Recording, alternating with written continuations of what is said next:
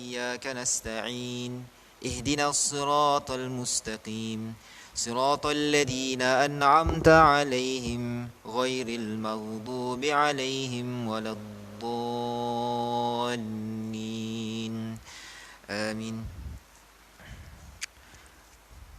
Saya muliakan, saya kasihi Ahli Jawatan Kuasa Surau Darut Taqwa, jamaah hadirin yang dirahmati Allah Subhanahu wa taala. Alhamdulillah, kita panjatkan syukur pada Allah Subhanahu wa taala atas limpahan rahmat, taufik dan inayah jua daripada Allah Subhanahu wa taala lah kita pada hari itu kita dapat berkumpul. Allah Subhanahu wa taala himpunkan kita dalam majlis yang barakah di rumah Allah Subhanahu wa taala yang mulia untuk sama-sama kita mengabdikan diri kepada Allah Subhanahu wa taala dengan melaksanakan perkara-perkara yang fardu, yang sunnah-sunnah yang dianjurkan oleh Nabi sallallahu alaihi wasallam. Jemaah yang dirahmati Allah Subhanahu wa taala, semoga Allah Subhanahu wa taala terima amal kita dan digolongkan kita dalam kalangan orang-orang yang bertakwa, kerana sesungguhnya orang-orang yang bertakwalah yang dipandang oleh Allah Subhanahu wa taala. Bukanlah Allah melihat kepada paras rupa dan juga pangkat seseorang, akan tetapi Allah Subhanahu wa taala melihat kepada takwa.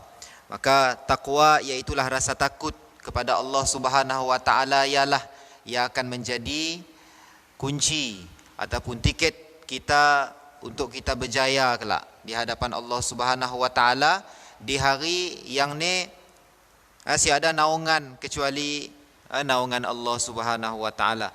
Maka sekiranya takwa kita di sisi Allah Subhanahu wa taala tinggi dan Allah Subhanahu wa taala melihat kita pada ketika ya dengan pandangan rahmat dan kasih sayang Allah, maka selamatlah kita. Kan tetapi kalau sekiranya sebaliknya, maka celakalah kita.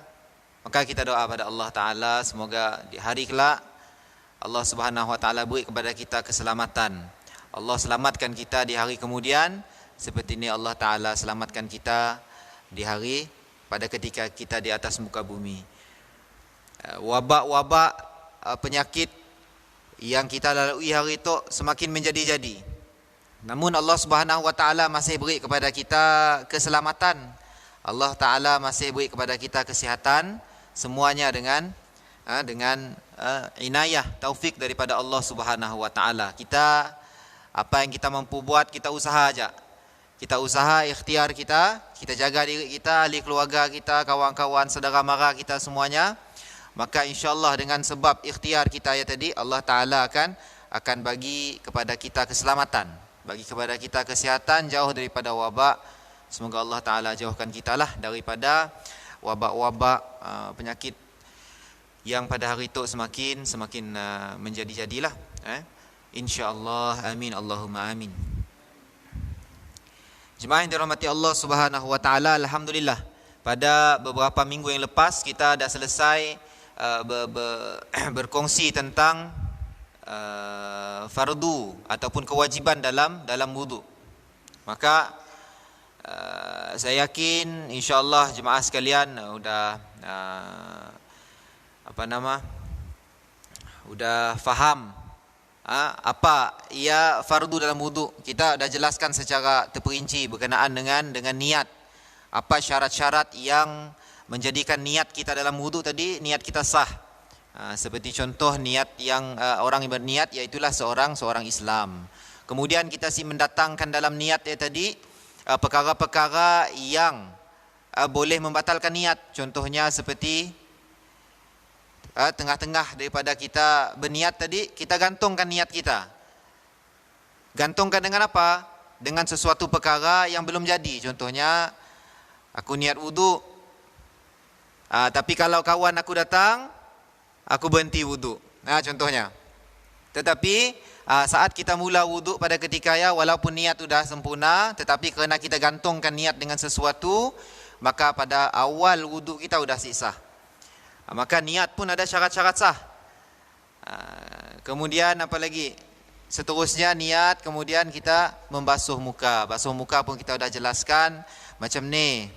Apa yang dimaksudkan dengan muka, apakah perkara yang melarang air daripada masuk ke muka, minyak dan sebagainya. Benda-benda macam ni lah. Kita kena pastikan. Kalau siada di muka kita tu benda-benda yang menghalang air daripada masuk. Kalau menghalang, mana bila kulit kita kena air, maka wuduk sah lah. Kemudian tangan sehingga ke siku. Macam juga tangan bagi orang-orang yang kerja berat seperti mekanik, tukang cat, berkebun dan sebagainya. Bagi sidak tu ada kelonggaran. Kelonggaran macam ni, kelonggaran sekiranya susah nak hilangkan benda-benda yang kita sebut tadi lah, yang menghalang air daripada masuk ke kulit. Tetapi bagi orang-orang yang si kerja berat macam kita tu, si kerja berat, maka si ada rukhsah. Kita mau kena kita buangkan semua benda yang menghalang air daripada masuk ke tersentuh kulit kita. Contohnya orang-orang tukang cat, tukang kebun tu susah nak buang-buang di celah-celah kukunya, di celah-celah kuku kakinya, jari-jari kaki semua. Susah. Kecuali nya jaga pakai pakaian yang betul lah. Seterusnya daripada ialah membasuh sebahagian daripada kepala ataupun rambut kepala. Maka tok juga. Kalau kita yang pakai minyak rambut contohnya, kita kena buang dulu minyak, cuci rambut. Kemudian baru kita pastikan air terkena rambut dan kulit kepala kita.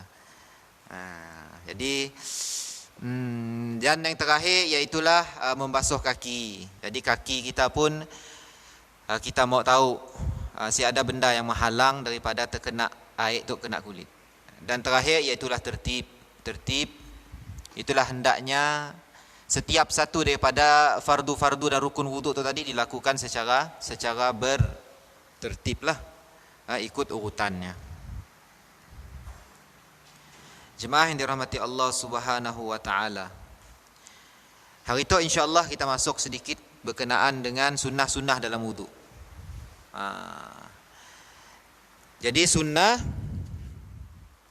apa itu sunnah? Maka kita dah jelaskan, sunnah adalah salah satu daripada hukum yang diklasifikasikan oleh para ulama usul. Sunnah adalah hukum taklifi. Hukum taklifi makna kata hukum yang dibebankan oleh Allah Subhanahu wa taala kepada setiap orang yang mukallaf. Maksudnya hukum yang dibebankan ada 5 hukum. Yang pertama hukum wajib, kemudian hukum sunnah, kemudian hukum harus, hukum makruh dan hukum haram.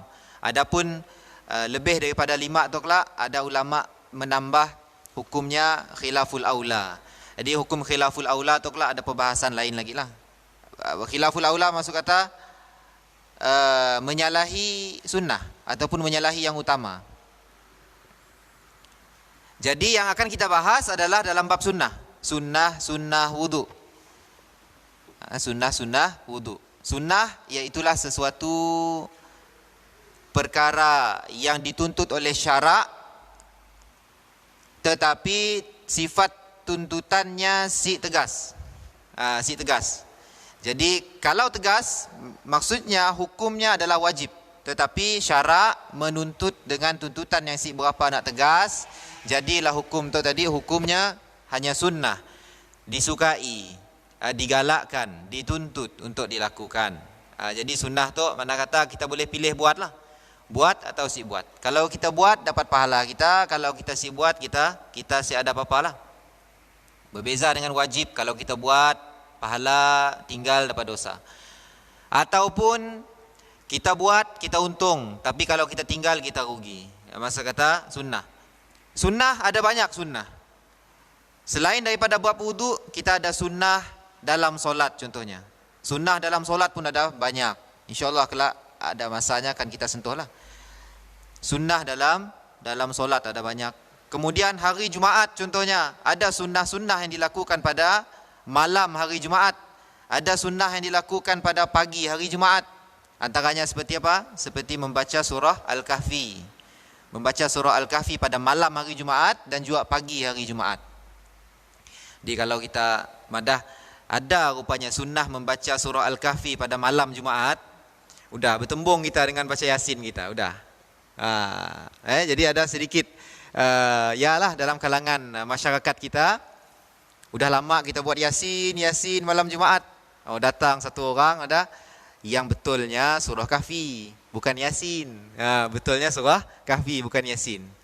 Ala kulli hal, jemaah dirahmati Allah Subhanahu wa taala. Nak baca Yasin ke, nak baca Kahfi, terserahlah tuan-tuan. Cuma yang sunnahnya kita sebut surah Kahfi, surah Al-Kahfi pada malam Jumaat. Jadi sebenarnya masalah tu perlu kita bangkit dan kita besar-besarkan lah.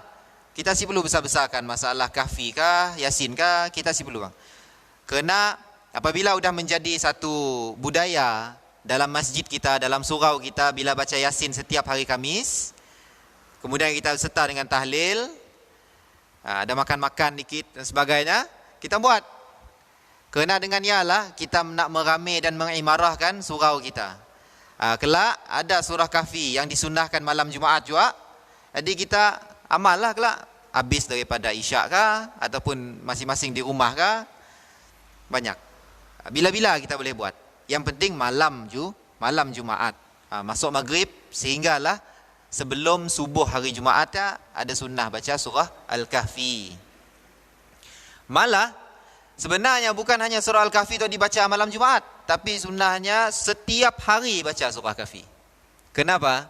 Kerana surah tu lah, kata Nabi, boleh melindungi kita, menyelamatkan kita daripada fitnah akhir zaman. Terlebih khusus fitnah Dajjal. Baca setiap hari. Kalau si mampu baca surah Kahfi setiap hari, baca 10 awal, 10 akhir. Baca 10 awal, kemudian 10 akhir. Kita lazimkan setiap hari kita baca awal akhir. Kena orang yang melazimi surah Al-Kahfi itu, insya-Allah ada jaminan daripada Nabi yang selamat daripada fitnah Dajjal. Nak cerita fitnah Dajjal tu, Masya Allah lah. Kita hari tu pun berdepan dengan fitnah. Si dapat kita nak kontrol dah. Macam ni kelak dengan fitnah Dajjal. Sehingga disebutkan, main dengan akidah lah. Bermain dengan akidah sehingga boleh menghidupkan yang mati. Dipilih antara syurga dan neraka mainnya. Bukannya main hidup mati aja, tapi syurga neraka. Siapa yang pilih syurganya Dajjal, maka menempah nerakanya Allah. Siapa yang memilih nerakanya Dajjal, maksudnya disiksa dan sebagainya, insya-Allah akan mendapat syurganya Allah Subhanahu wa taala. Satu hari pada ketika bukan kita rasakan sehari, tetapi selama berpuluh-puluh hari rasa kita masanya. Dan macam-macam fitnah. Jadi kita amalkanlah sunnah-sunnah tu. Amalkan perkara-perkara yang dituntut, yang digalakkan untuk kita buat, insya-Allah semuanya kelak faedahnya, kebaikannya, manfaatnya kita dapat di hari lah. Kita akan dapat di hari, insya-Allah. Semoga kita selamat daripada fitnah-fitnah Dajjal dan sebagainya. Jadi pada hari Jumaat pun ada sunnah. Kemudian lain daripadanya kita pakai baju, ada sunnah. Masuk dengan tangan kanan. Mula dengan tangan kanan. Kemudian apa? Pasang seluar contohnya, pakai masuk dengan tangan kanan. Semua yang dimulakan dengan kanan. Pakai baju ada doa, Allahumma ahsin khuluqi wa hasin akhlaq. Wahai Allah, bila pakai baju nak, pakai baju, wahai Allah, perelokkanlah bagiku rupaku dan perelokkanlah bagiku apa akhlakku. Pakai baju ya, doa minta Allah Ta'ala baguskan kita pun rupa paras. Orang nangga kita nampak kemas. Kemudian kita minta doa juga Allah Ta'ala bagi kita akhlak yang baik. Baju kaca, baju gap, kemas, tapi akhlak buruk, si cun. Jadi kita mau zahir kita kemas, batin kita pun kemas. Ada sunnahnya, baca doa bila pakai pakaian. Kemudian masuk rumah, masuk masjid, ada sunnah-sunnahnya lagi dan sebagainya. Macam-macam ada sunnah. Mana kata, Masya Allah, sebenarnya Allah Ta'ala sudah menyediakan bagi kita apa?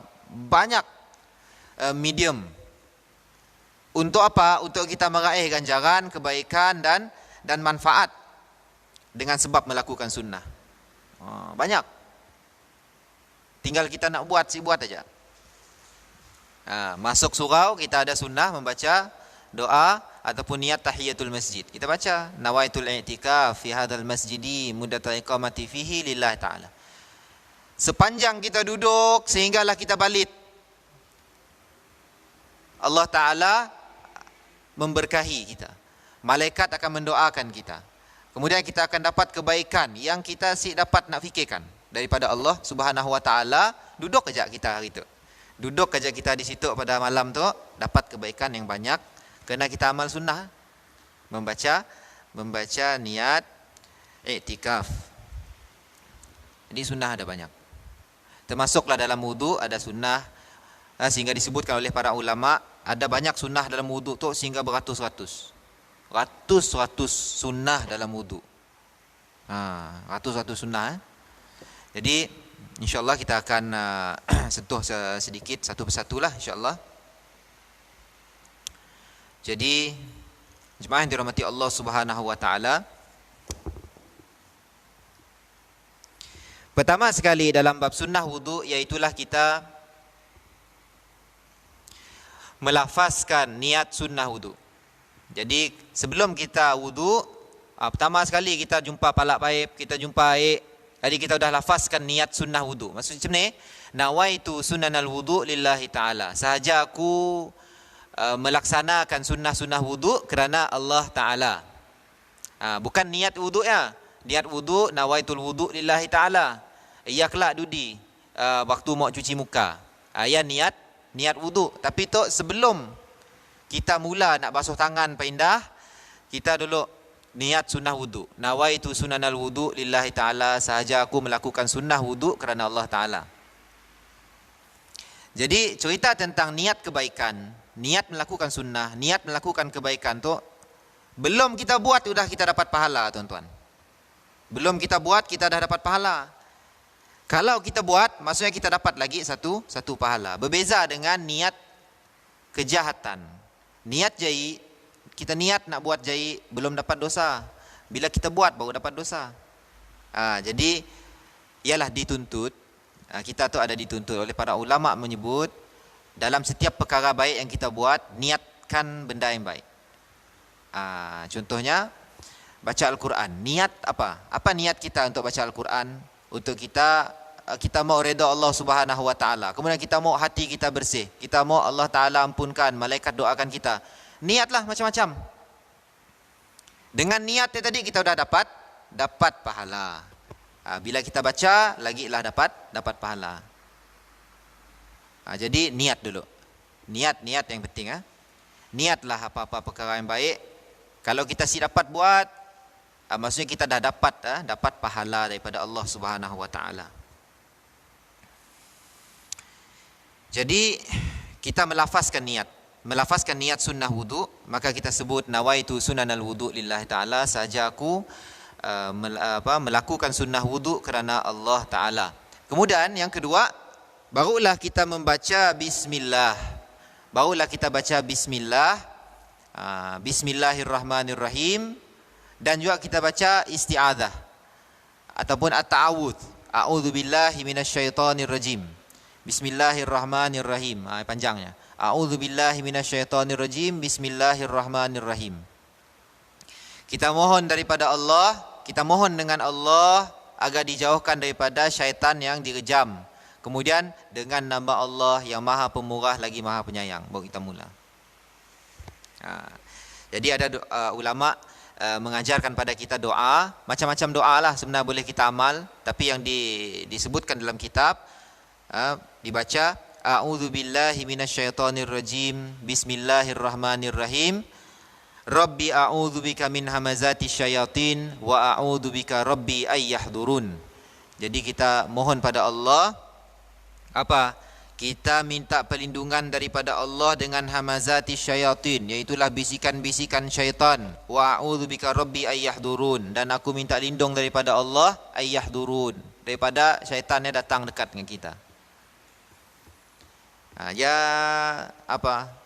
Membaca bismillah dan isti'azah. Jadi membaca bismillah dan isti'azah tu bukan hanya disunnahkan dalam wudu, di setiap perkara. Setiap perkara yang kita mau buat, kita lazimkan diri kita dengan a'udzubillah, bismillah. Lazimkan diri kita. Setiap perkara yang kita lakukan, perkara yang baiklah. Jadi kata Nabi SAW, kullu amrin dzibalin la yubda'u bi bismillahi fahuwa aqta. Jadi disebutkan kullu amrin dzibal, setiap urusan dzibalin, urusan yang baik, perkara yang baik, la yubda'u bi bismillah, kita simula dengan bismillah, fahuwa aqta, makanya terputus, ataupun si sampai pada Allah, ataupun terbatal, aqta. Ya kata Nabi, setiap urusan yang baik kita mula dengan bismillah. Kalau kita simula dengan bismillah, urusan nasi sampai pada Allah, urusannya terbatal, maksudnya rugi kita buat. Jadi kita bismillah. Kita nak zikir bismillah, nak makan bismillah, ada doa. Masuk surau ada bismillah. Masuk kereta bismillah. Keluar rumah bismillah. Macam-macam. Semuanya kita mulakan dengan bismillah selagi ini ia adalah amrin dzibal, urusan ataupun perkara yang baik. Jadi keluar daripada benda-benda yang si baiklah. Benda yang si baik kita jangan mula dengan bismillah. Jangan kita mula benda yang buruk, yang jahit dengan bismillah. Kita nak curi masuk rumah orang nak bismillahirrahmanirrahim. Dahlah. Jadi kita simulakan dengan bismillah perkara yang baik. Okey. Jadi kita simula dengan bismillah. Hanya perkara yang baik kita mula dengan bismillah. Perkara yang baik perkara yang jahit, bukannya jangan mula dengan bismillah, jangan buat terus. Yang benda yang jahit lah. Benda yang buruk, yang si bagus bukan hanya si dimulakan dengan bismillah, tapi jangan buat terus. Jadi kalau benda baik, buat dan mulakan dengan bismillah. Lagipun ada di setiap majlis, di setiap perkara yang kita lakukan, sekiranya kita mulakan dengan bismillah, mulakan dengan memuji Allah, kemudian kita berselawat pada Nabi, kemudian di akhirnya kita pun tutup majlisnya dengan selawat pada Nabi dan juga dengan menyebut nama Allah. Maka antara tengah-tengah antara dua selawat dan dua hamdalah dan bismillah tu tadi sudah pasti akan makbul di sisi Allah Subhanahu wa taala. Kerana ialah kalau kita perasan dalam doa kita mula dengan bismillah, alhamdulillah, wassalatu wassalamu ala rasulillah. Doa macam-macam. Allahumma ighfir lana dhunubana wa liwalidina warhamhuma kama rabbayana saghira. Bila tutup, wa sallallahu ala sayyidina Muhammad wa ala alihi washabihi wasallam walhamdulillahi rabbil alamin. Jadi kita mula dengan selawat, mula dengan alhamdulillah, tutup pun selawat, tutup juga dengan alhamdulillahi rabbil alamin. Jadi doa si akan ditolak. Doa si akan ditolak oleh Allah Subhanahu wa taala. Jadi bila doa si akan ditolak, tengah-tengah antara dua selawat tu tadi pun pasti si akan ditolak oleh Allah. Kerana Allah Maha Kaya, Allah Maha Kuasa, Allah Maha memakbulkan segala hajat hamba-hambanya. Jadi bismillah, kita baca bismillah dan a'udzubillahi minasyaitonirrajim.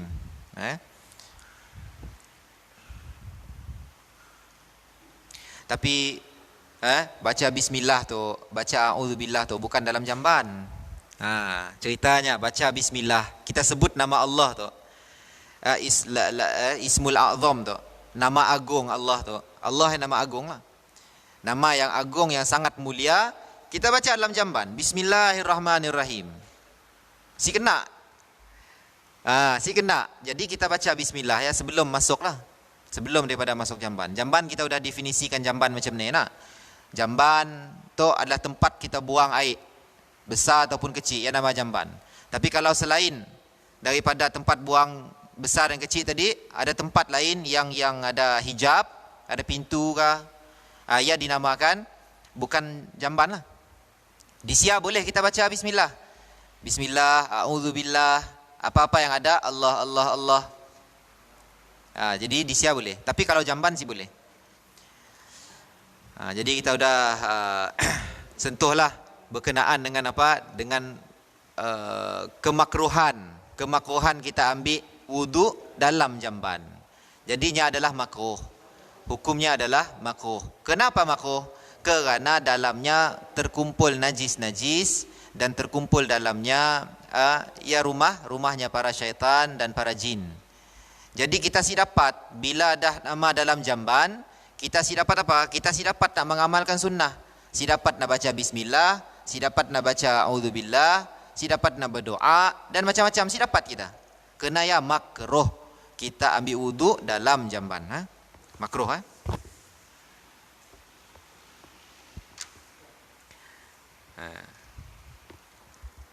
Jadi usahakanlah diri kita tu supaya wudu ya jangan dalam jamban. Sebab ialah sebaik-baik tempat tu tadi kita sebut di masjid ataupun di surau. Kenapa? Ada tempat yang disediakan untuk wudu. Ada disediakan tempat untuk berwudu. Jadi perlu kita masuk jamban rumah kita dan sebagainya. Ataupun kita mau wudu juga di rumah. Jangan dalam jamban lah. Dekat dapur kah? Dekat sinki. Dan sebagainya. Mana-mana yang ada paip selain daripada jamban. Okey. Apatah lagi wudu yang kita ambil di masjid ataupun di surau tu tadi, reka bentuknya menghadap kiblat contohnya. Jadi kalau kita sentuh sunnah-sunnah dalam wudu tu juga ialah wudu menghadap kiblat sunnah. Jadi kita dapat pahala lebih lah. Di rumah kita sih tahu paip kita yang menghadap kiblat sih ngadap.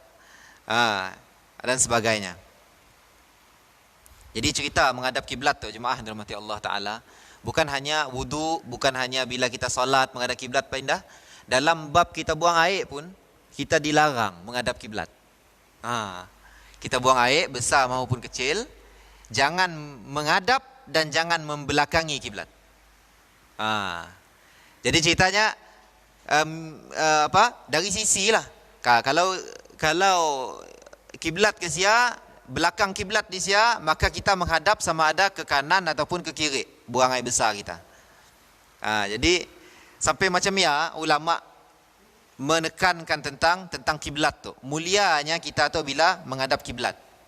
Jadi simaulah kita bila menghadap kiblat tu kita buat benda-benda yang si patutlah.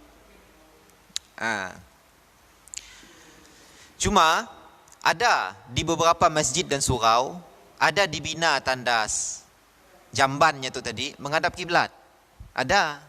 Jadi kita sebut pembinaan tandas dalam masjid dan surau tu tadi si syar'i lah. Si syar'i. Jadi kita yang faham jangan menghadap kiblat bila buang air. Macam ni kita nak buat. Macam ni kita nak buat. Mau simok, kalau kita mau ikut sunnah tadi, mau simok kita terpaksa duduk miring lah. Mau simok. Tetapi kalau kita si mampu nak duduk singit, apa semua, mau simok terpaksa juga menghadap kiblat. Makruh lah. Hukumnya makruh. Jadi kita nak amal sunnah. Yalah, kita tu bila cerita tentang membina masjid ataupun renovate masjid ataupun surau, kita perlu fikirkan semua benda. Bukan hanya tempat solat kita, tapi tempat tandas kita, tempat wuduk kita. Surau besar, masjid besar, tapi tempat wuduk enggak 1-2 paip contohnya. Susah juga. Jadi kita kena fikir macam-macam benda lah. Fikir macam-macam benda, termasuklah pembinaan tandasnya. Jangan sampai menghadap kiblat atau membelakangi kiblat. Jadi kena sama ada ke kanan ataupun ke kiri. Ya memang betul-betul syar'i lah. Kerana disebutkan dalam kitab. disebutkan dalam kitab berkenaan orang yang buang air di sini. Di contohnya di padang Sahara contohnya. Hanya simuk menghadap kiblat atau membelakangi kiblat. Jadi macam ialah cara kita. Kalau dah masjid polah macam ya, mau simuk singit dikit lah. Jangan menghadap kena ke kanan dikit ke ataupun ke kiri dikit, jadilah. Semoga Allah hitung benda ya mengamal sunnah lah. Jadi ya penting kiblat tadi lah. Kiblah. Jadi menghadap kiblat ada. Jadi kita membaca bismillah dan a'udzubillah pada perkara yang baik. Semua perkara yang baik kita baca bismillah, a'udzubillah. Dan selain daripada kita sudah sentuh tadi, untuk perkara yang si baik kita si perlu membaca bismillah. Baik, yang ketiga, sunnah dalam wuduk tu juga iaitulah apa? Bersiwak. Jadi kita ada sunnah bersiwak. Kita ada cerita tentang siwak. Iaitulah daripada kayu arak. Kita sebut kayu arak maksudnya kayu yang wangi, yang tumbuh di negeri Arab dan ada khasiat-khasiat. Dengan siwak tu yang dinamakan sunnah tadi. Siwak satu sunnah. Kemudian sunnah siwak tadi adalah daripada kayu yang khusus nama arak tadi. Jadi kita baca bismillah. Dah kita niat sunnah tadi, nawaitu sunnanal wudu lillahi ta'ala. Saja aku buat sunnah wudu kerana Allah Ta'ala. Kemudian kita baca a'udzubillahi minasyaitonirrajim, bismillahirrahmanirrahim. Kita ambil siwak. Kita gosok gigi dulu. Bersiwak dulu. Kita bersiwak. Jadi sunnah dalam siwak iaitulah kita membaca doa.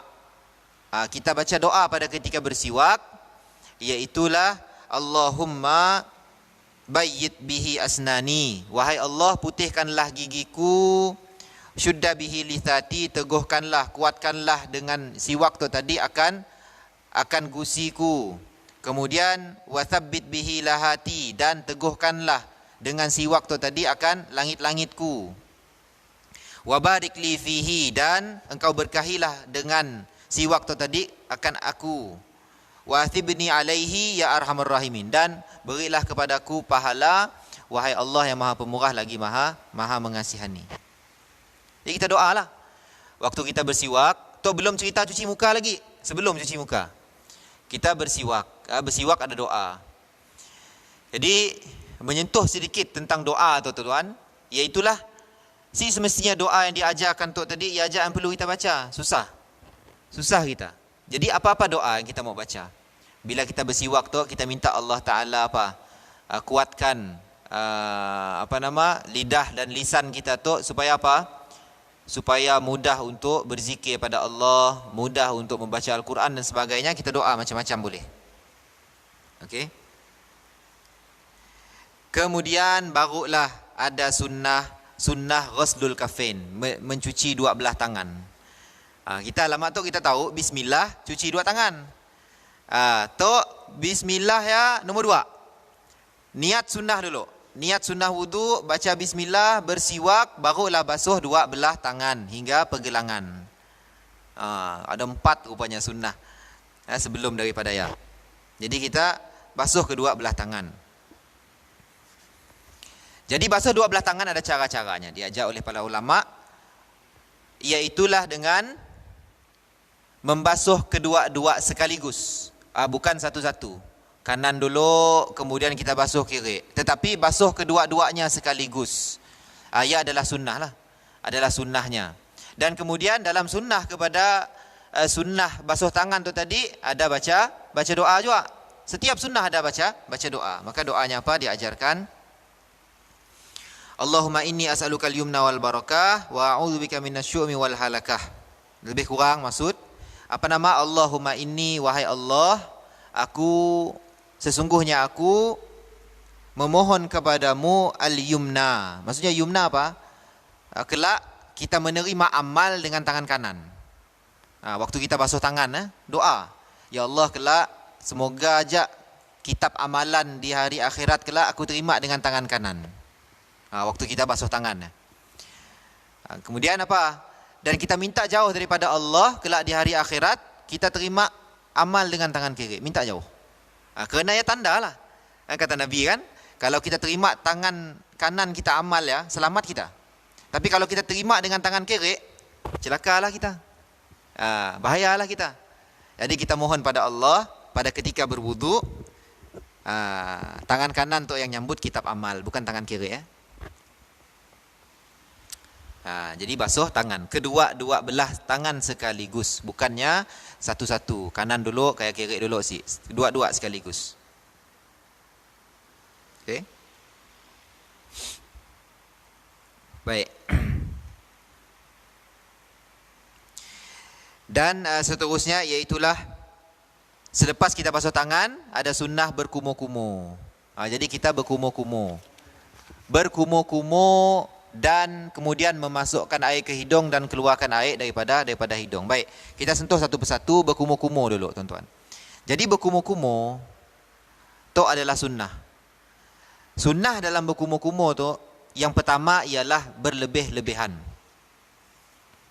Jadi kalau kita berkumur-kumur, jangan sedang-sedang. Berlebih-lebihlah dalam berkumur. Sehingga dikatakan biar kena sampai anak tekak. Biar kena sampai anak tekak, ya namanya berlebih-lebihan. Jadi di sunnah.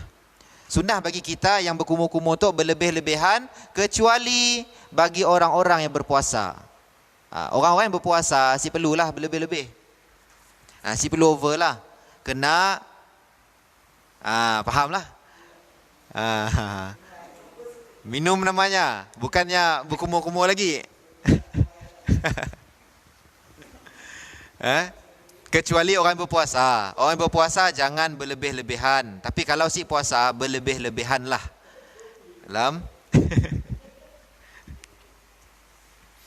Berlebih-lebihan dalam madmadah, berkumur-kumur. Macam ni nak madah berlebih-lebihan? Kita pun tahulah. Sampai terasa oleh anak tekak tu. Sampai terasa oleh anak tekak tu sedikit air ya. Baru kemudian kita buang. Ya, sunnahnya yang pertama. Sunnahnya yang kedua, dalam sunnah berkumur-kumur juga, untuk caranya diajar, kita masukkan air ke dalam mulut ya dengan tangan kanan. Maksudnya kita tadah air, kemudian kita hirup, kumur-kumur. Ya caranya. Biasa kita dua tangan kita masukkan air ke mulut, kumur-kumur. Tetapi sunnahnya adalah dengan tangan kanan aja. Bukan dua tangan, tapi tangan kanan. Kemudian luitlah. Udah kita kumur-kumur berlebih-lebihan, kita buang. Ambil lagi tangan kanan, kumur berlebih-lebihan, buang. Ya sunnah yang kedua dalam sunnah berkumur. Sunnah yang ketiga dalam sunnah kumur, maksudnya ada 4 sunnah situ. Sunnah kumur, sunnah kedua dalam kumur, sunnah ketiga dalam kumur, sunnah keempat dalam berkumur-kumur tu ialah membaca doa. Jadi kita baca doa, mohon Allah Ta'ala bila kita berkumur ya, dalam hati kita baca, semoga Allah Ta'ala melancarkan lidah kita untuk membaca Al-Quran, untuk berzikir, beristighfar, mengucapkan kata-kata yang baik. Semualah kita doa pada ketika ya. Banyak. Jadi kita sebut tadi kumur-kumur ada 4 sunnah. Rupanya ada 4. Ini disebut 4 in 1 lah. Di dalam kumur-kumur tu aja ada 4 kelebihan sunnah-sunnah. Jadi betapa banyaknya pahala yang kita dapat hanya dengan berkumur-kumur. Jadi tapi ramailah kita tinggalkan kumur-kumur tu. Kita biasa buat yang wajib aja. Sehingga ada yang bertanya lah, kena kita perlu buat sunnah? Kena kita perlu buat sunnah sedangkan yang wajib ya sudah cukup.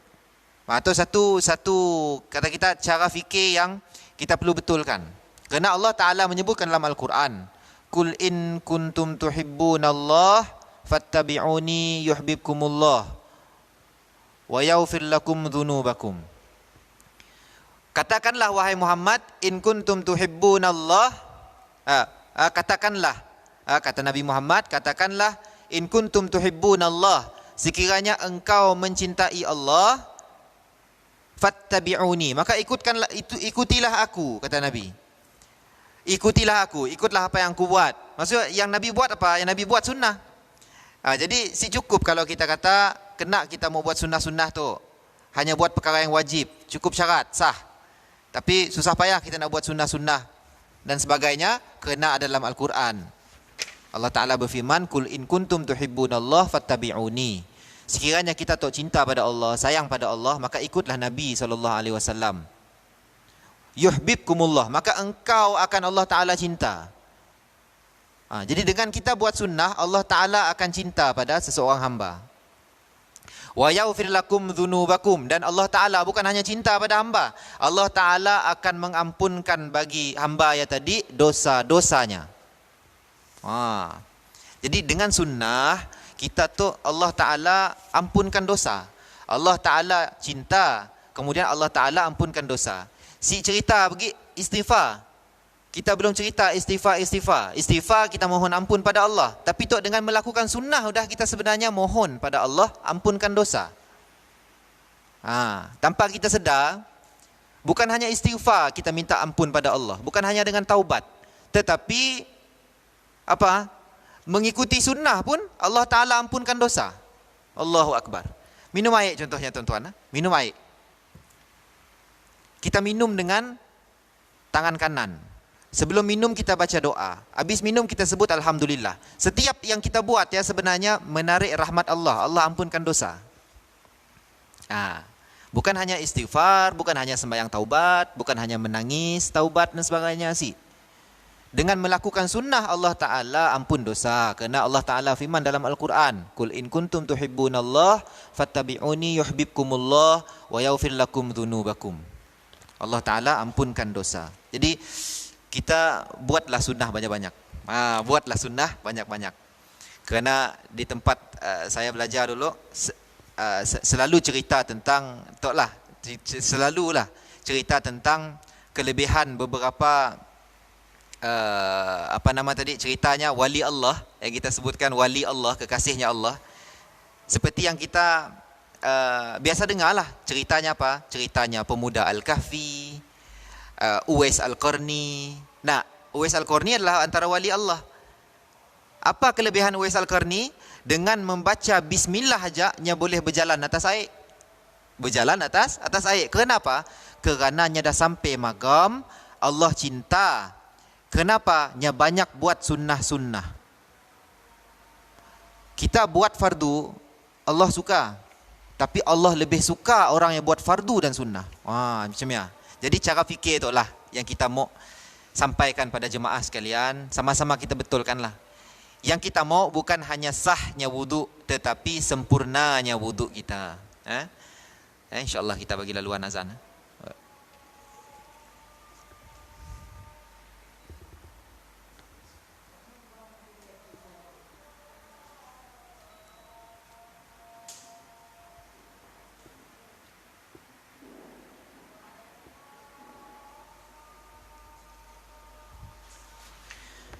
Bismillah.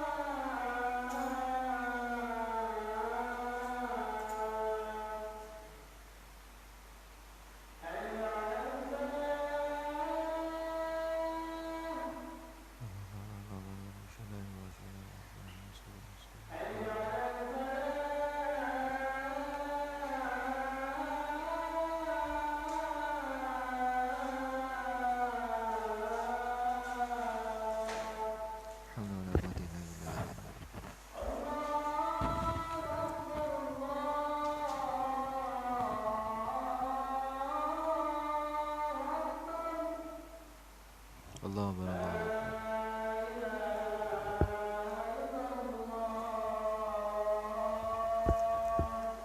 La ilaha illallah Muhammadur Rasulullah sallallahu alaihi wasallam rabbana da'ata ma salatu qamati sunna wa wasiyatu al-fatih syaraf wa ta'ala tabaraka wa ta'ala maqam mahmud alladhi wa'atahu innaka latahu dana bada khalqihi wa dawra fi zat arsh wa dalika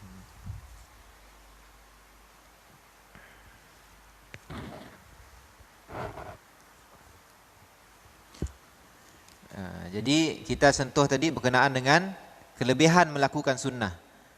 Kelebihan melakukan sunnah iaitulah Allah Ta'ala akan mencintai orang-orang yang selalu buat sunnah, dan Allah Ta'ala akan ampunkan orang-orang yang rajin buat sunnah. Maka bukan saja-sajalah cerita yang tadi ada hukum taklifi sunnah. Nabi buat tok jadi sunnah, Nabi buat tok jadi sunnah. Sebenarnya manfaatnya pada kita, hamba Allah Ta'ala dan umat Nabi SAW. Ada sunnahnya.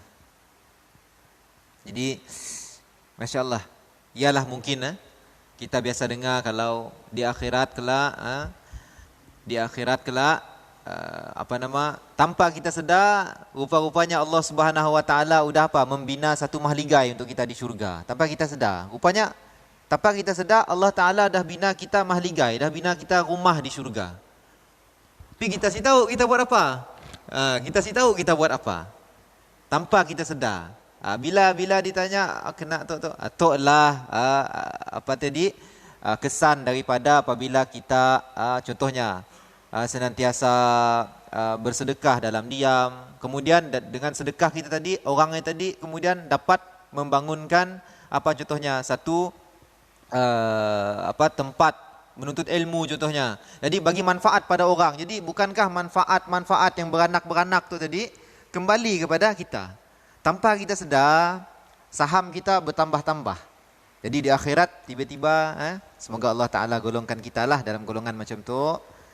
Masuk pintu syurga sudah ada satu rumah daripada emas, daripada belian. Heran kita. Dari sini boleh tu. Yang kita derma dulu RM1 dekat sekolah tu. Sekolah contohnya sekolah tahfiz. Macam-macam. Kita bagi RM1 saja. Tapi kerenanya lahirlah para ulama, para alim, orang-orang yang akan berdakwah kepada umat, sahamnya balik kepada kita yang RM1 tadi. Ada rumah kita. Jadi ialah kelebihan kita bila buat sunnah. Tanpa kita sedar ada pulangan pada kita. Jadi bukan saja-saja dituntut pada kita untuk senantiasa berselawat, senantiasa beristighfar, bertasbih, bertahmid.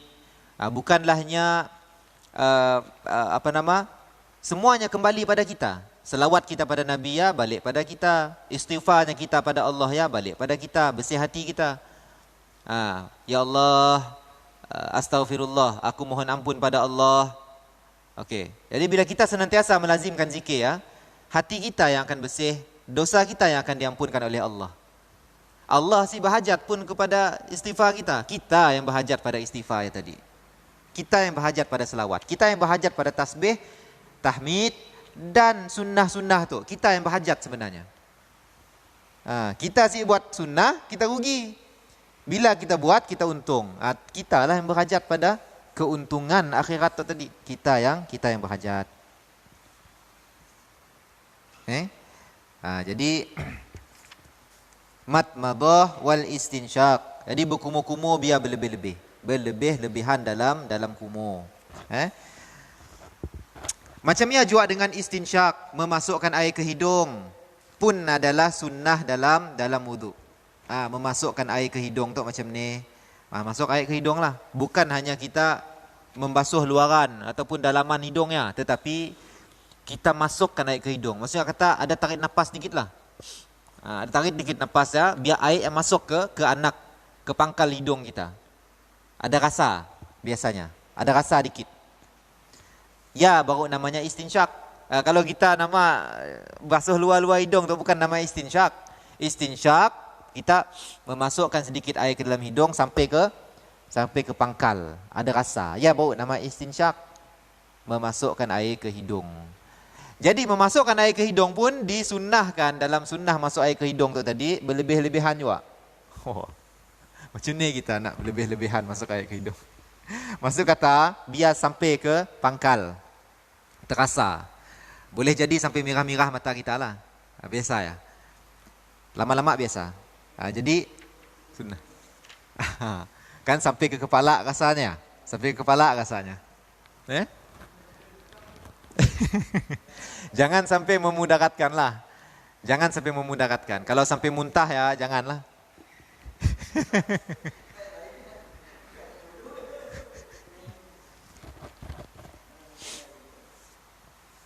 Jadi sunnah yang kita buat jangan sampai memudaratkan. Jangan sampai memudaratkan. Jadi nak sentuh juga lah cerita tadi. Kita buat benda sunnah. Tapi bila kita berlebih-lebihan juga bila melakukan sunnah sampai memudaratkan ataupun sampai kita sinangga sekeliling kita, nyasi jadi sunnahnya jadi mudarat pada kita. Jadi mudarat. Contohnya apa? Puasa sunnah. Contohnya sunnah, antara sunnah ialah berpuasa. Tapi kita tahu kita tok jenis yang bila si makan gastrik mudah. Tapi kita mau ikut sunnah. Kena lagi sunnah kita mau buat puasa dia. Sunnah puasanya Nabi Daud. Puasa si puasa. Puasa si puasa setiap hari. Sehari puasa, sehari si. Sehari puasa, sehari si. Habislah kita. Ada penyakit gastrik. Mau juga puasa. Udah jadi mudarat. Sunnah tapi jadi mudarat. Jadi kita kena di situ kita kena faham. Sunnah yang kita buat jangan sampai mendatangkan mudarat. Kita tahu kita ada gastrik. Si makan sehari itu ya, setengah hari si makan dah datang gastrik. Cukuplah kita puasa contoh Isnin Kamis contohnya. Si mampu puasa Isnin Kamis, niat puasa pun cukuplah. Kerana kita ada penyakit. Jangan dipaksa-paksa. Jangan dipaksa-paksa. Benda nama sunnah tu. Macam-macam lagi yang biasa kita dengar ya, macam contohnya kita digalakkan contoh membaca Al-Quran. Itu baca Al-Quran. Tapi kena kita baca Al-Quran time orang tengah lagi kuliah. Contoh. Bagus baca Quran, tapi kena lagi pada orang tengah kuliah. Baca lagi kuat-kuat. Nya ikut sunnahnya Sayyidina Umar lah ceritanya. Sayyidina Umar baca kuat, Sayyidina Abu Bakar baca perlahan. Bila ditanya, timbul perselisihan, kena kita baca kuat, wahai Sayyidina Umar. Aku baca kuat kerana aku mau Allah mendengar. Bacaan aku tu katanya. Bila tanya ke Sayyidina Abu Bakar, kena kita baca perlahan. Aku tahu Allah Maha mendengar. Jadi kita pun berkelahi. Baca Quran kuat ke, baca Quran perlahan? Tang baca aja sia. Udah. Jadi ceritanya tadi jangan si baca. baca. Aduh ibadah riak dan sebagainya. Allah. Bahaya tu. Berkenaan dengan riak kita perlu faham. Benar. Takut daripada riak adalah riak. Yang mahalnya. Imam Syafi'i sebut, orang yang buat sesuatu amalan, orang yang meninggalkan sesuatu amalan kerana takut daripada riak, maka riaklah. Jadi bila kita baca kuat, orang kata kita riak ke hati kita yang dengan Allah. Kita nak riak ke hati kita main. Kita ikhlas ke riak, kita pun hal. Bila orang madah riak, halnya lah. Tapi kalau kita berhenti kena takutnya madah riak lah ya. Jadi tuan-tuan hati-hati dalam bab riak tu. Baca Quran contohnya kuat ataupun perlahan, hati kita lah masing-masing. Seperti ini Sayyidina Umar dengan Sayyidina Abu Bakar As-Siddiq. Jadi kita pun baca Quran. Baca Quran. Semuanya ada manfaat, kelebihan buat kita semua sunnah. Jadi sunnah tadi memudaratkan. Baca Quran pada orang tengah kuliah contohnya. Baca kuat lagi contohnya. Mengganggu jemaah. Orang tengah khusyuk nak dengar kuliah, pengkuliah nak bagi ceramah, baca kuat. Susah. Jadi menyebabkan boleh jadi dapat dosa, boleh jadi.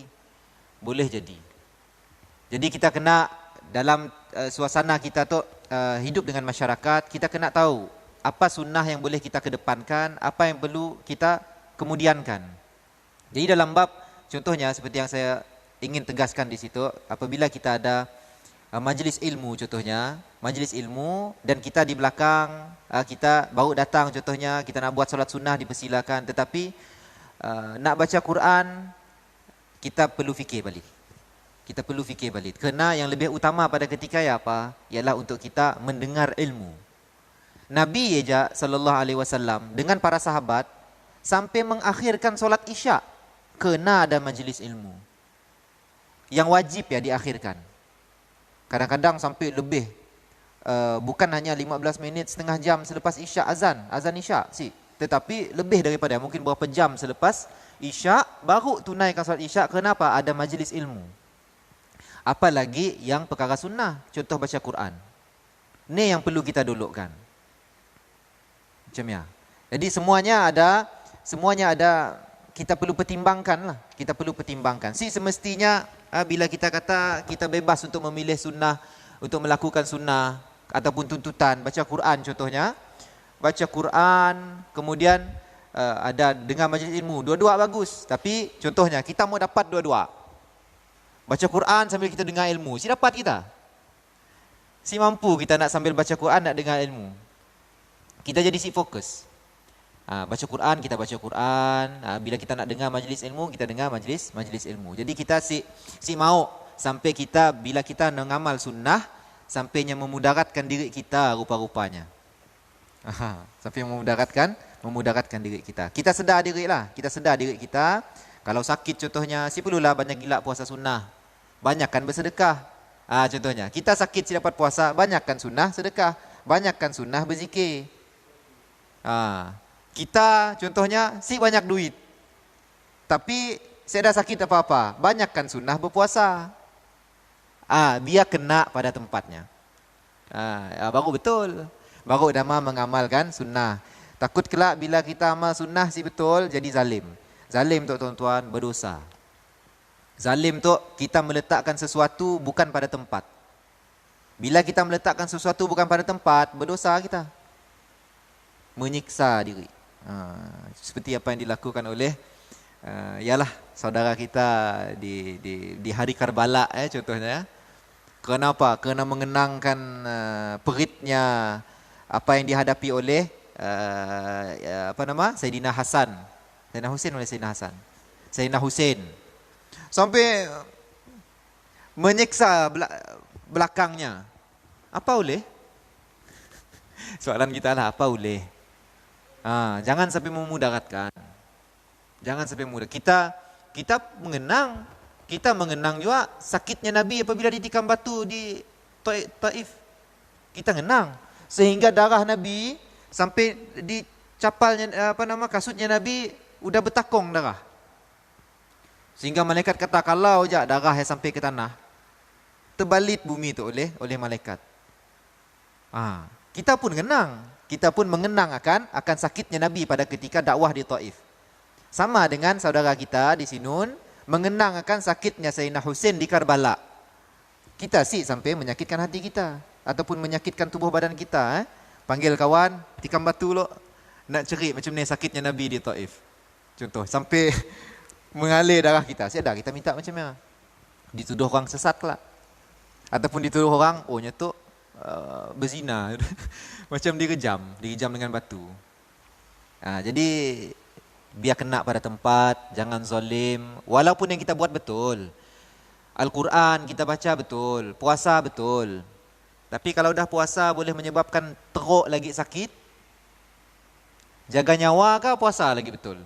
Menjaga nyawa lah betul. Kerenanya adalah min daruratuddin. Antara perkara yang darurat dalam agama boleh. Ada toleransi dalamnya. Yang antaranya adalah nyawa. Salah satu daripada 5 adalah nyawa. Hatta bila kita ada benda nak makan, depan kita ada benda haram, makan yang haram. Haram yang salah. Tetapi bila kita makan untuk menjaga nyawa jadi betul. Jadi wajib kita makan yang haram tadi kerana daruratu ad-din, menjaga nyawa. Jadi kita terbalitkan situasi dalam perkara sunnah. Betul, tapi bila kita buat sampai memudaratkan nyawa kita, betul jadi salah. Betul jadi salah tuan-tuan. Macam yalah tadi tentang jangan sampai mudarat. Saya rasa diajak untuk malam tu kot. Masih banyak sunnah-sunnah masih banyak. InsyaAllah kita akan sambung pada minggu depan. Jadi kita buka kalau ada yang ingin bertanya. Fadhal.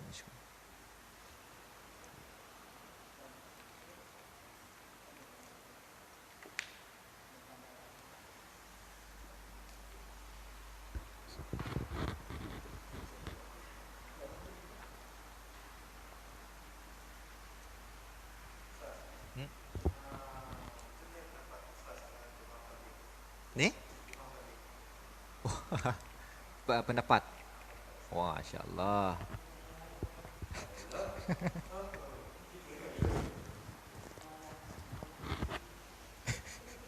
Ada live tu. Sial. Okey. Pendapat saya lah tentang jemaah tabligh. Saya ada masalah. Kita semua individu Muslim ataupun jemaah Muslim yang melakukan gerak kerja agama, kita support, kita sokong.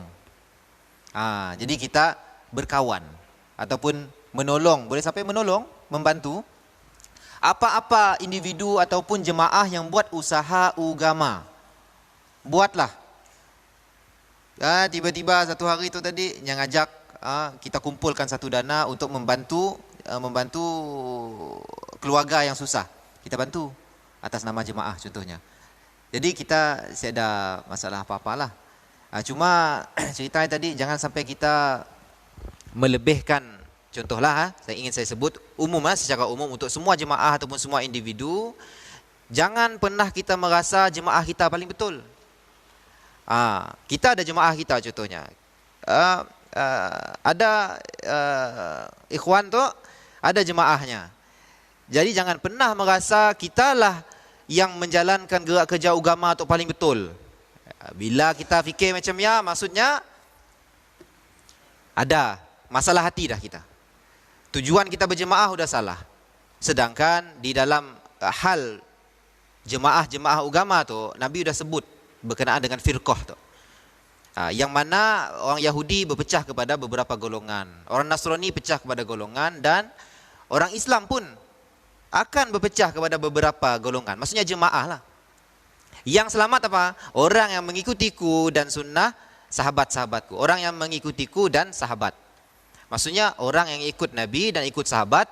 Selagi ni yang ikut Nabi dan sahabat, maka betul lah. Kita dalam firqah yang sama sebenarnya. Cuma nama berbeza. Nama berbeza, matlamat lain. Tapi niat kita sama. Ikut Nabi dan para sahabat. Jadi yang kedua, jangan sampai kita merasakan jemaah kita yang paling betul. Setiap kita ada salahnya. Setiap kita ada salahnya. Kerana manusia tu bukan maksum lah ceritanya. Bukan maksum. Kalau satu jemaah tu mengajak untuk sehingga disebutkan dulu lah. Ada jemaah yang mengajak ke syurga Allah. Maksudnya buat benda yang baik.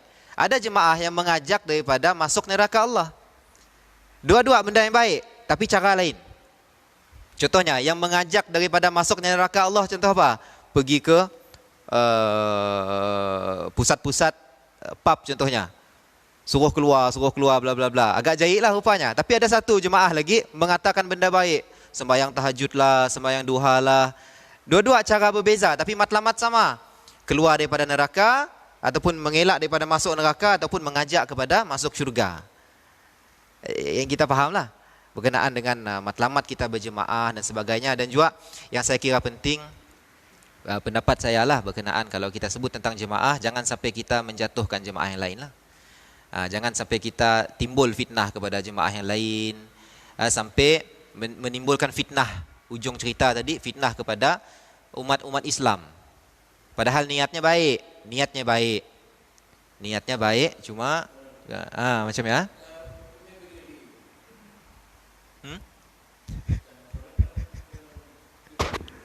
solat berdiri.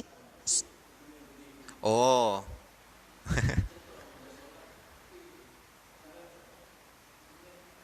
Okey dah. Okey, insya-Allah. Jadi soalan tentang kemih berdiri. Buang air berdiri hukumnya makruh. Makruh. Makruh kerana ada sebab. Jadi yang pertama sebabnya ialah kalau kita berdiri tu nya mudah nak pancit. Maksudnya apa? Pancit ke baju kita. Jadi bila pancit ke baju kita jadi najis. Kita mbak baju yang sama pergi semayang contohnya. Apa semua. Jadi apa nama tadi? Menyebabkan solat kita sisah kerana ada najis. Kerana ada najis, jadi kita hukumkan makruh kencing berdiri. Lebih daripada ya kencing di tempat yang ada air mengalir contohnya. Bukan air mengalir, maksudnya sama ada ada air terus ataupun airnya bertakung pun boleh. Kita kena hati-hati tuan-tuan dalam bab buang air, kerana Nabi juga ada berpesan ketika melewati satu kuburan, Nabi mendengar ada suara yang sedang meraung-raung dalam kubur. Nabi kata kepada para sahabat, kita dengar apa yang aku dengar. Kemudian kena ya Rasulullah. Maka kata Nabi, kerana apa? Antaranya ialah apa? Apabila lepasnya buang air, yang cuci contohnya. Jadi ya berkenaan dengan buang air itu pun kita perlu ambil beratlah. Dicuci. Main masuk terus lah. Kan kita ada istinja. Jadi cerita nanti tentang hukum istinja lah.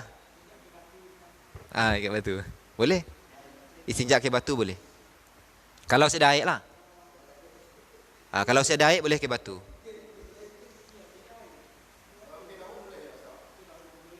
Boleh. Yang penting yang kesat lah. Yang kesat. Berganti.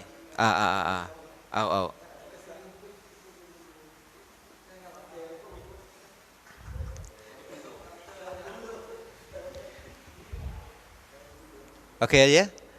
Tentang kencing berdiri ya, hukumnya makruh lah. Hukumnya makruh.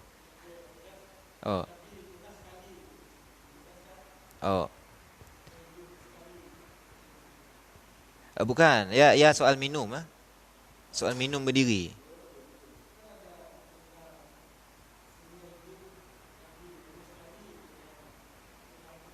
Wallahu alam. Saya pernah dengar ya. Kalau minum saya pernah dengar. Sunnah minum duduk, tapi ada dalam beberapa riwayat Nabi minum berdiri, tapi ada sebabnya. Dan ada caranya. Agak rare lah ilmu tentang minum berdiri tu. Kalau saya sebut tuan-tuan heran. Jadi dalam kita minum berdiri, ulama menyebutkan Nabi selepas minum berdiri hanya gerak-gerak kakinya. Gerak-gerak macam ya. Kita sih tahu apa sebab. Tapi ya caranya, kalau kita minum berdiri, gerak-gerakkan kaki. Wallahu alam. Mungkin kelak saya boleh carilah apa sebabnya lah. Terbaca aja, masa kami terbaca kalau kita minum berdiri tu gerak-gerakkan kaki ataupun bukan gerakkan kaki, gerakkan jari-jari kaki macam tu. Jari-jari kaki ya. Wallahu taala alam. Seronok bila kita baca-baca benda-benda macam ya, pernah kita dengar.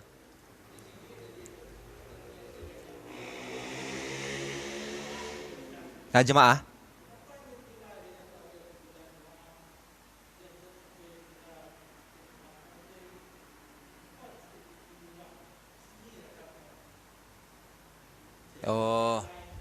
Iyalah. Jadi biasalah ya, nak timbulnya bermacam-macam firqah jemaah tu, masing-masing ada apa nama tadi ya?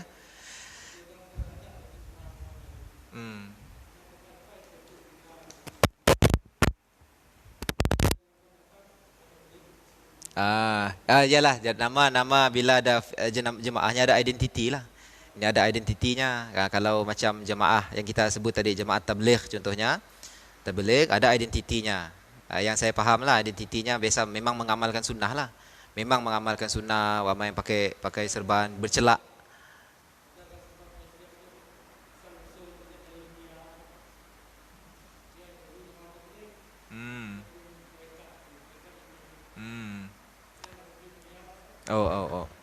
Wallahu alam. Ya mungkin balik pada sebenarnya sejarah tertubuhnya lah.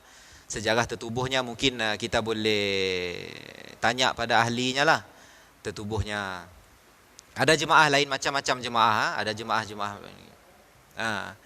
Yang penting semuanya adalah betul.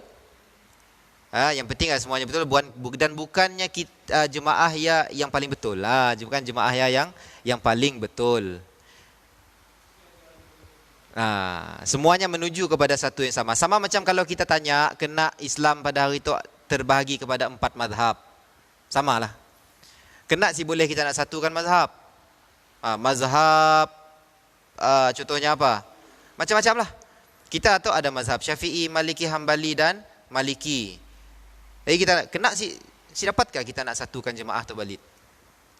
Si dapat. Masalahnya memang si dapat. Kalau mau pun sila kembali ke zaman para sahabat lah. Sila kembali ke zaman sahabat. Kalau dapatlah. Tapi kalau si dapat, kita kena terima hakikat kita hari itu ada berbeza pendapat dalam bab mazhab dan kita ada macam-macam jemaah. Kerana semenjak zaman Nabi, selepas Nabi wafat, pun pun para sahabat berpecah kepada jemaah. Ada yang buka madrasah Ahlur Ra'i di Iraq contohnya. Di Iraq tu, yang saya faham lah, saya sedikit cerita tentang sirah. Di Iraq tu yang buka nama madrasah Ra'yu. Berdasarkan kepada apa? Berdasarkan kepada apa? Lebih kepada Ahlur Ra'i. Berbeza dengan Madinah. Madinah tu banyak orang-orang yang meriwayatkan hadis daripada Nabi SAW. Jadi berpecah dah hadisnya.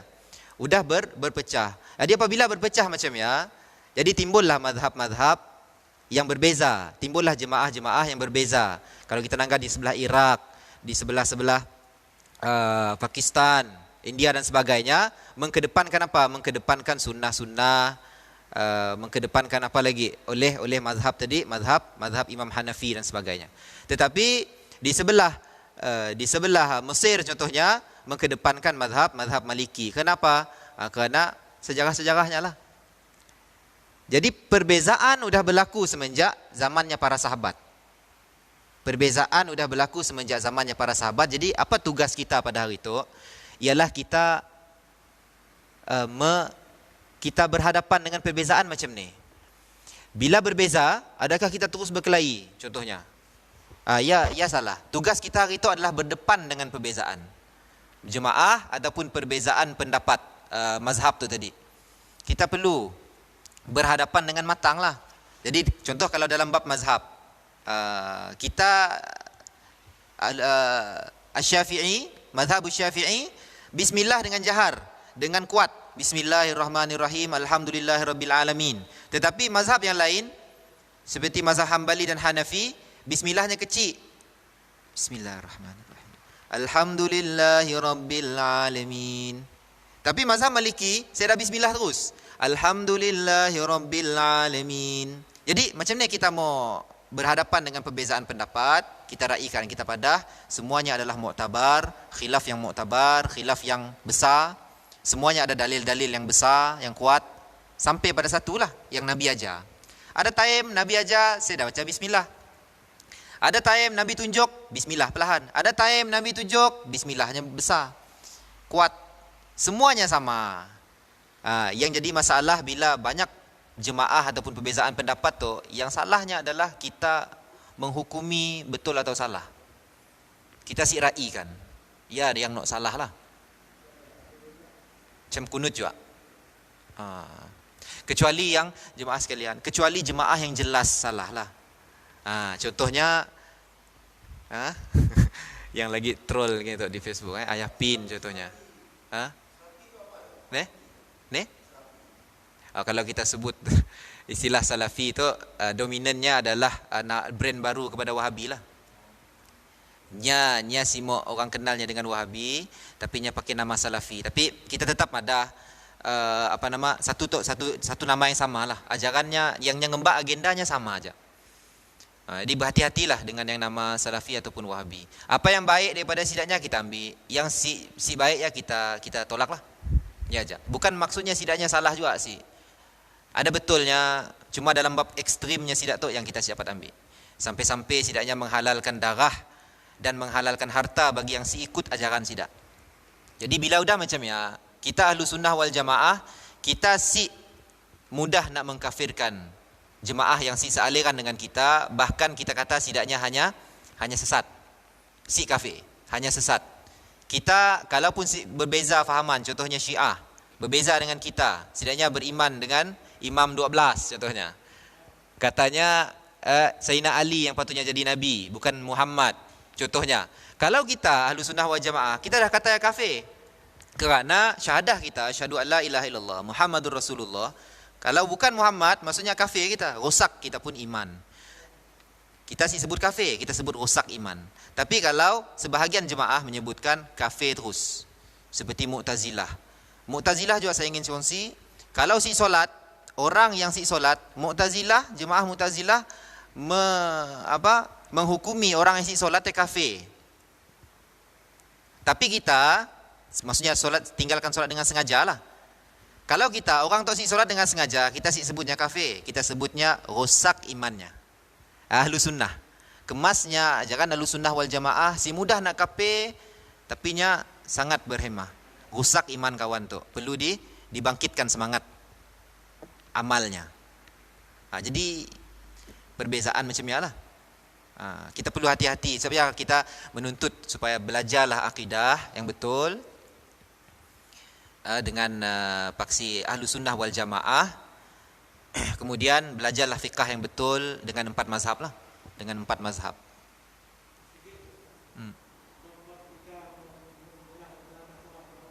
Oh.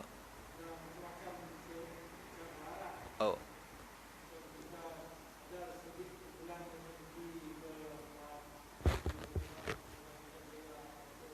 Oh.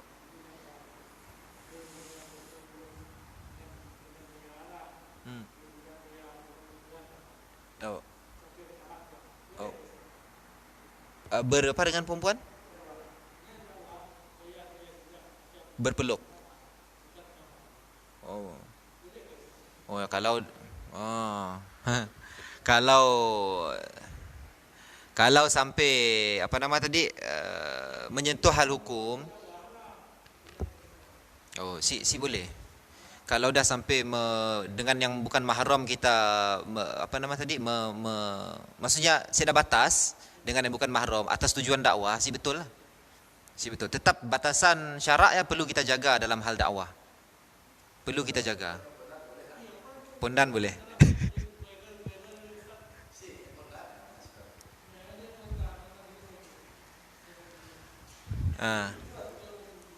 Contohnya macam yang kita naga usaha dakwahnya Ustaz Ibit Liu nak.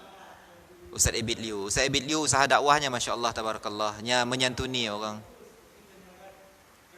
Nya jaga syarak lah. Kalau sampai berpelukan dengan perempuan, maksudnya si ada batas. Usaha dakwah.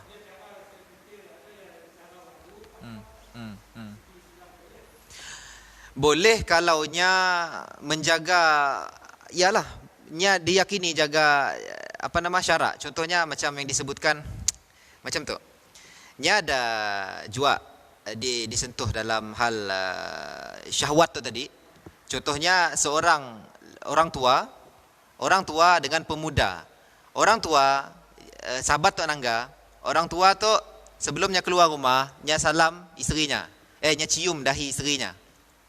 Kemudian pergi masjidnya saya ambil wudu. Nabi kata apa? Sah solatnya. Tetapi ada seorang sahabat tu melihat seorang pemuda cium dahi isteri sebelum ke masjid, kemudiannya solat, kata Nabi solatnya si sah. Jadi apabila ditanya, kena tadi kita madah sah Nabi, ya Rasulullah, tok si sah. Kena pemuda dengan orang tua beza.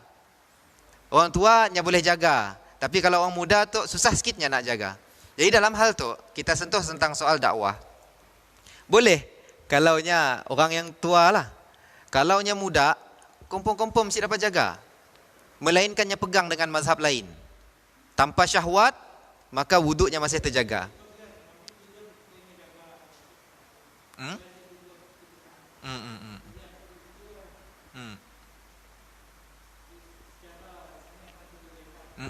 Si boleh. Ya kelak malah timbul fitnah.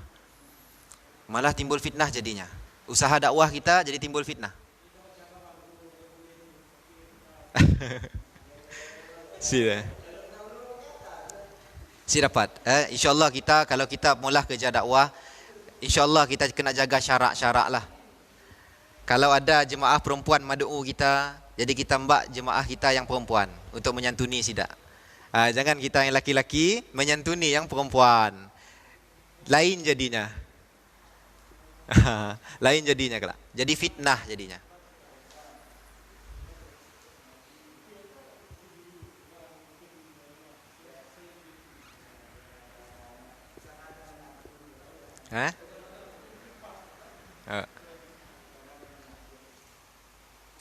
Oh. Okay, insyaAllah. Ya, ajak untuk malam tu insyaAllah sikit sebanyak kita dapat kongsikan. Apa yang kurang saya mohon maaf lah. InsyaAllah masih belajar juga. Masih banyak belajar juga. InsyaAllah segala yang baik Allah Subhanahu Wa Taala ilhamkan pada kita. Semoga yang disampaikan kita dapat amalkan. Dan kita sampaikan juga kepada ahli keluarga kita, semoga dapat kita amalkan dan kita tergolong dalam golongan orang-orang yang senantiasa mengamalkan sunnah, dan Allah Subhanahu Wa Taala cinta pada kita, dan Allah Taala ampunkan dosa kita orang-orang yang buat sunnah tu, insya-Allah. Amin, Allahumma amin. Sekian, wabillahi taufik wal hidayah. Wassalamualaikum warahmatullahi wabarakatuh.